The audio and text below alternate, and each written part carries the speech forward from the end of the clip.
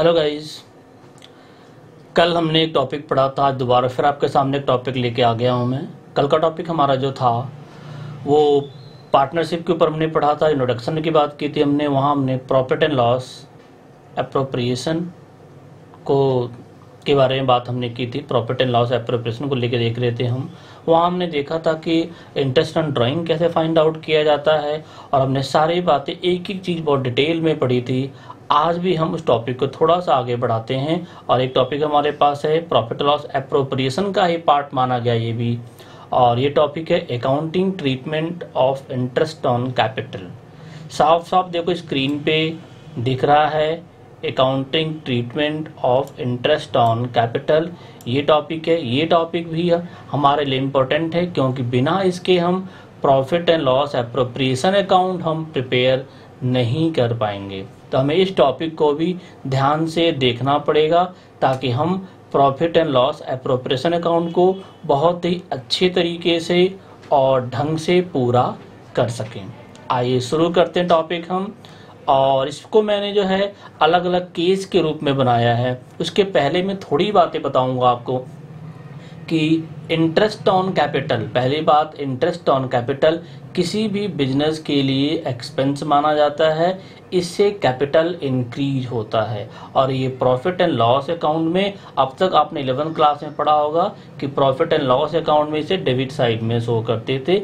Business इसे expense मानती है according to business entity concept. ठीक है, अब आते हैं अपने 12th क्लास के टॉपिक के ऊपर, जहाँ पर हमें कैलकुलेशन सीखना है कि इसकी कैलकुलेशन कैसे होती है, इसकी जर्नल एंट्री क्या है। इन सब टॉपिक पे हम एक एक करके बात करेंगे।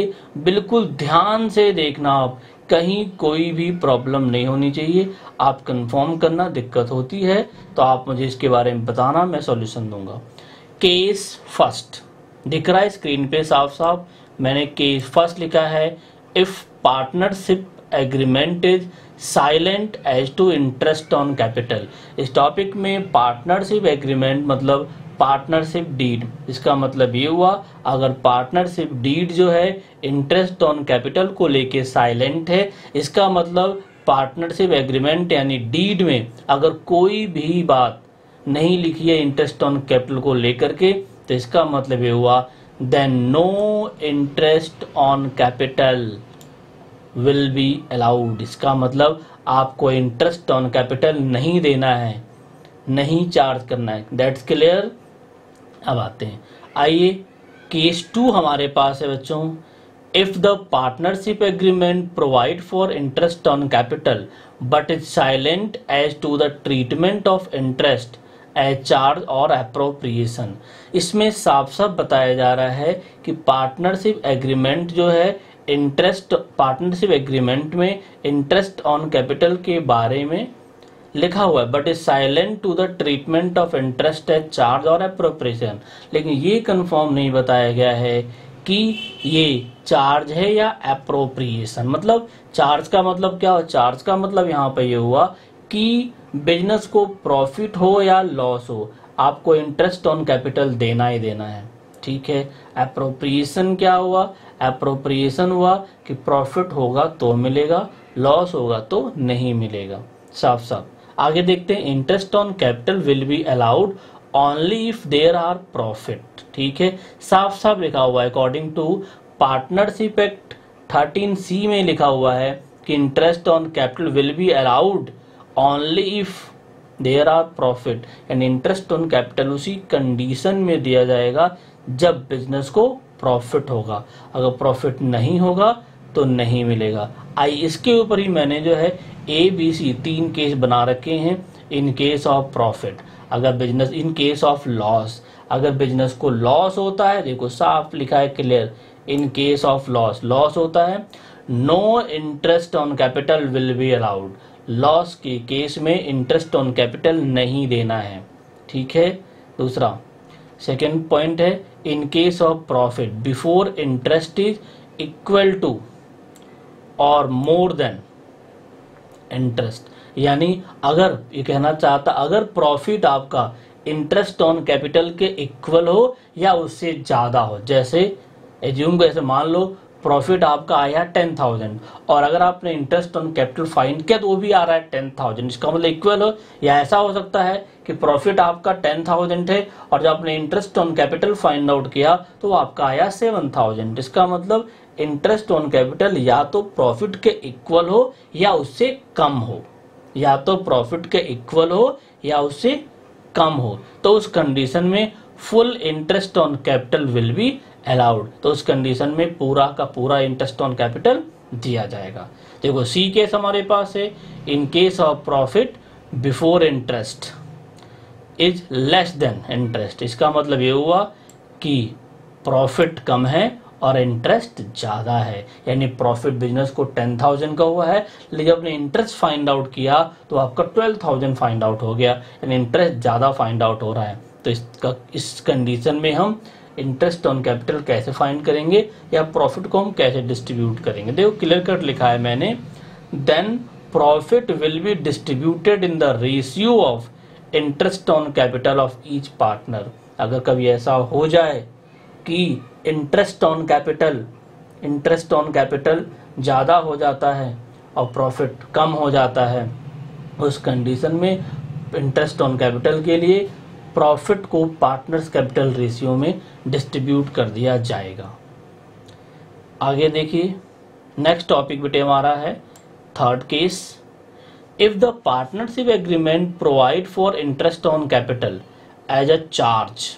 आ गया, इसके पहले टॉपिक में लिखा था, ये कंफर्म नहीं है, चार्ज और एप्रोप्रिएशन।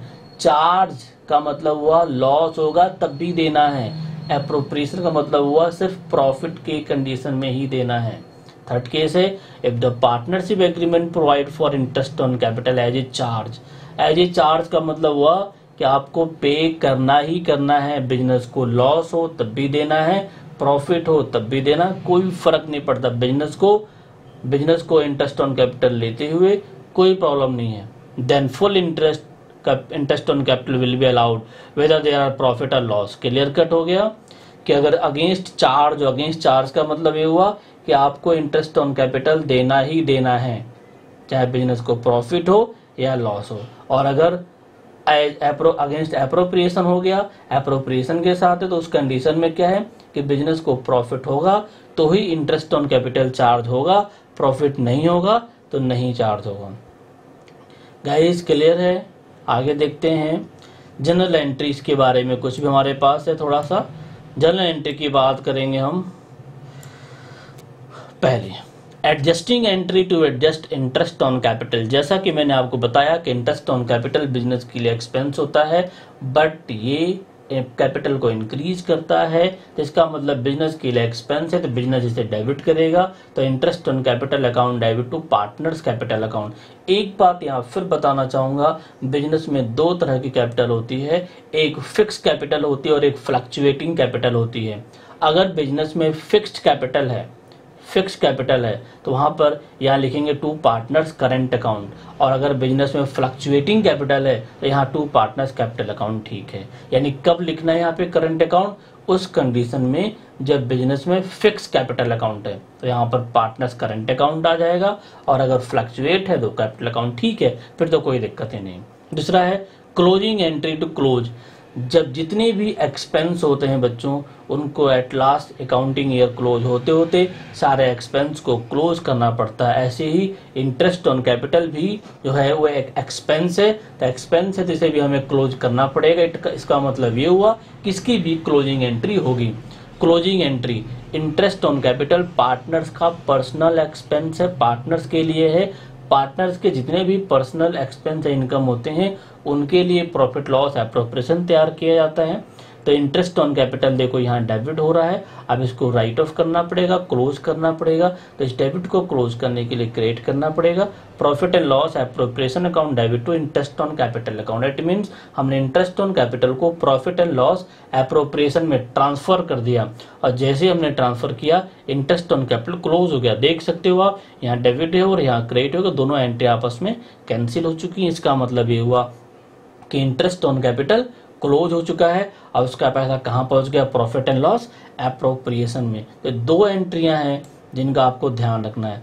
आओ बच्चों, हमने जो अब तक पढ़ा है उसके ऊपर हम आप पे एक आध क्वेश्चंस करके देखते हैं, एक आध एग्जाम्पल्स करके देखते हैं। देखो आपके सामने क्वेश्चन में मैंने बताया, एग्जाम्पल लिख दिया है यहाँ पे, X and Y are partner sharing profit and loss in the ratio of 2:3। ठीक है, with capital of 20,000 and 10,000। The partnership deed is silent. Partnership deed is silent. देख रहे हैं आप यहाँ पे, पार्टनरशिप डीड जो है बच्चों वो साइलेंट है। As to the interest on capital and the trading profit and loss for the year, और जो प्रॉफिट हुआ है वो 1500 का हुआ है। So the distribution of profit and loss for the year 1920। Prepare relevant account. हमें यहाँ बेटे profit and loss appropriation account बनाना है। अब आप कहोगे सर आपको कैसे पता profit and loss appropriation account तैयार करना है? सिंपल सी बात है, तो मैं आपको बता दूंगा। हमें यहाँ पे क्या निकालना है, इंटरेस्ट ऑन कैपिटल, और इंटरेस्ट ऑन कैपिटल पार्टनर का पर्सनल एक्सपेंस है। जितने भी पार्टनर के पर्सनल एक्सपेंस होते हैं उसके लिए हम profit and loss appropriation account prepare करते हैं। पार्टनर्स के पर्सनल एक्सपेंस में क्या क्या आता है, पार्टनर की सैलरी आती है, पार्टनर का कमीशन आता है, इंटरेस्ट ऑन कैपिटल आता है, इंटरेस्ट ऑन ड्राइंग आता है, ये पार्टनर के पर्सनल होते हैं। तो इनसे रिलेटेड जब भी कुछ आएगा तो एप्रोप्रिएशन अकाउंट आपको प्रिपेयर करना पड़ेगा। अब यहाँ पे एक बात हमारे पास है कि इसमें इंटरेस्ट ऑन कैपिटल दें या ना दें, साफ साफ। तो इसमें क्वेश्चन में लिखा हुआ है the partnership deed is silent. आपको मैंने बताया था कल, अगर डीड साइलेंट है तो उस कंडीशन में दो ही चीज मिलती है। एक मिलता है आपको इंटरेस्ट ऑन लोन जो 6% है, दूसरा मिलता है आपको प्रॉफिट इक्वली डिस्ट्रीब्यूट होता है। इसके अलावा कुछ भी नहीं देना है। तो जब इंटरेस्ट ऑन कैपिटल को लेकर के डीड साइलेंट है, इंटरेस्ट ऑन कैपिटल को लेकर के डीड साइलेंट है, उस कंडीशन में आपको यहाँ पे इंटरेस्ट ऑन कैपिटल नहीं देना है। तो क्या करेंगे हम, देखो जो प्रॉफिट हमारे पास ये रहा, ये प्रॉफिट है हमारे पास, इस प्रॉफिट को मैंने उठाया और देखो ये लिख दिया यहाँ पर मैंने प्रॉफिट एंड लॉस, देखो 1500 मैंने लिख दिया। अब यहाँ मैंने लिख दिया,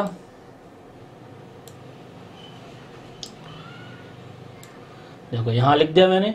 अब इंटरेस्ट ऑन कैपिटल देना है नहीं हमको, तो हम क्या करेंगे, पूरा का पूरा प्रॉफिट एंड लॉस जो 1500 रुपए है ये to profit and loss transfer to capital, X और वाई के कैपिटल में ट्रांसफर हो जाएगा।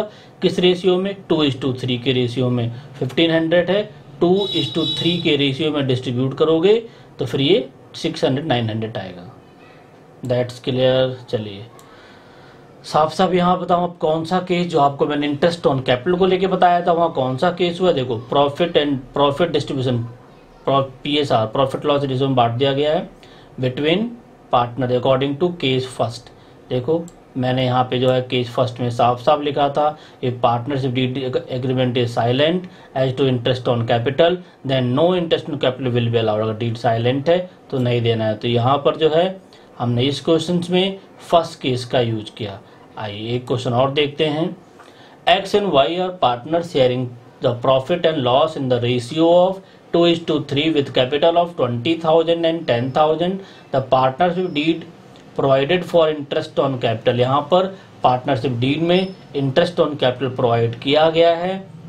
एंड द लॉस फॉर, ये loss, this is the loss for the year 1500, जो उस साल का लॉस है 1500 का हुआ। सो the distribution of profit and loss account. अब यहाँ दिक्कत हमारे पास बेटे ये है, बिजनेस को लॉस हो गया है और लॉस के केस में profit and loss appropriation account नहीं बनाना है आपको। लॉस के केस में ये नहीं बनेगा। और देखो पूरा का पूरा जो लॉस है 1500 का हमने यहाँ ट्रांसफर किया तो लॉस फॉर द ईयर 1500, और ये लॉस कहाँ ट्रांसफर हो गया, पार्टनर्स कैपिटल में, उनके प्रॉफिट लॉस रेशियो में। इन बिजनेस को अगर लॉस हो गया और interest on capital against profit ने अगेंस्ट चार्ज नहीं दिया हुआ है, लिखा है कि नहीं भाई अगर नॉर्मल कंडीशन है इंटरेस्ट ऑन कैपिटल तो है लेकिन अगर प्रॉफिट होगा तभी देना है, तो उस कंडीशन में आप जो है प्रॉफिट लॉस एप्रोप्रिएशन अकाउंट नहीं तैयार करना। अगर बिजनेस को लॉस हो गया तो इंटरेस्ट ऑन कैपिटल देना ही नहीं है, पॉसिबल ही नहीं है, तो वहाँ पर हम एप्रोप्रिएशन तक पहुँचेंगे नहीं। चलिए छोटा सा एग्जाम्पल एक और देखते हैं। X and Y partner sharing profit ratio 2:3 with capital of 20,000 and 10,000. The partnership deed provide for interest on capital 6% per annum, profit for the year are 2100। देख रहे हैं 2100 का प्रॉफिट हो गया है, और यहाँ भी साफ साफ दिया हुआ है कि इंटरेस्ट ऑन कैपिटल प्रोवाइड करना है। तो ठीक है, जब प्रॉफिट लॉस 1500 हो गया, हमने निकाला इंटरेस्ट ऑन कैपिटल, तो आप देखो पहले एक्स की कैपिटल कितनी है, तो एक्स की कैपिटल है 20,000 और वाई की है 10,000। 20,000 का 6%, 20,000 का अगर निकालोगे 6% तो ये कितना है 1200 आ जाएगा, और 10,000 का 6% निकालोगे तो 600 आ जाएगा। तो ये देखिए हमने क्या किया, इंटरेस्ट ऑन कैपिटल एक्स का 1200 आ गया, वाई का 600 आ गया। ठीक है जी, अब 2100 टोटल यहाँ आया, इसमें से हमने इन दोनों को लेस किया, 300 आ गया। ये 300 जो है इंटरेस्ट ऑन कैपिटल पे करने के बाद हमारे पास इतना प्रॉफिट रिमेनिंग बच गया है। अब इस प्रॉफिट को जो हमारे पार्टनर्स हैं वो पार्टनर्स अपने PSR रेशियो में बांट लेंगे। इनका जो PSR रेशियो है वो रेशियो दिया है 2:3, 2:3 दिया हुआ है, और 2:3 में हमारे पास बच्चों 120 एंड 180 हमारा आ रहा है। इस तरह से हम देखेंगे तो इंटरेस्ट ऑन कैपिटल हमारा जो है कंप्लीट हो गया। बेटे इस टॉपिक में आप मेरे केस को ध्यान रखना, जो मैंने केस बताए हैं आप लोगों को, उस केस में साफ साफ बहुत इजी वे में आप स्टडी कर सकते हो, कहीं कोई प्रॉब्लम नहीं होगी आपको उस केस में। अगर साफ साफ केस में बताया था मैंने कि interest on capital will be allowed, condition है कि अगर बिजनेस में साफ साफ कंफर्म लिखा हुआ है टीट के अंदर कि इंटरेस्ट ऑन कैपिटल देना है तो ही देना, नहीं तो नहीं देना। दूसरा मैंने बताया अगर कभी ऐसा हो जाए कि इंटरेस्ट ऑन कैपिटल जो है प्रोवाइड करने के लिए कहा गया है लेकिन बिजनेस में लॉस हो गया तो वहाँ भी नहीं देना पड़ेगा। एक ही कंडीशन है कि हर कंडीशन में इंटरेस्ट ऑन कैपिटल देना पड़ेगा, वो कंडीशन ये है कि लिखा हो कि interest on capital charge against profit, it means profit ना हो तब भी आपको इंटरेस्ट ऑन कैपिटल देना है, तो उसी कंडीशन में आपको चाहे बिजनेस में प्रॉफिट हो या लॉस हो देना पड़ेगा। अदरवाइज ध्यान रखना है लॉस के कंडीशन में नहीं देना है, आपको प्रॉफिट के कंडीशन में देना है। अगर कभी ऐसा हो जाए कि प्रॉफिट कम है, इंटरेस्ट ऑन कैपिटल ज़्यादा हो गया, तो वहाँ पर इंटरेस्ट ऑन कैपिटल का जो भी रेशियो आएगा उस रेशियो में उस प्रॉफिट को डिस्ट्रीब्यूट कर देना है, और बहुत ही सिंपल तरीके से फाइंड आउट हो जाएगा। गाइस आई होप मेरी वीडियो आपको समझ में आई होगी, आप इसको ध्यान से देखना ऑलरेडी, ठीक है। स्टे होम, सेफ रहना और अच्छे से पढ़ना। हम ढंग से स्टडी करेंगे तो ऑटोमेटिकली हम एक एक स्टेप बाय स्टेप बढ़ते रहेंगे, और एक टाइम आएगा बुक की एक एक चीज़ हमें समझ में आएगी और हमसे हो भी जाएगा। गुड।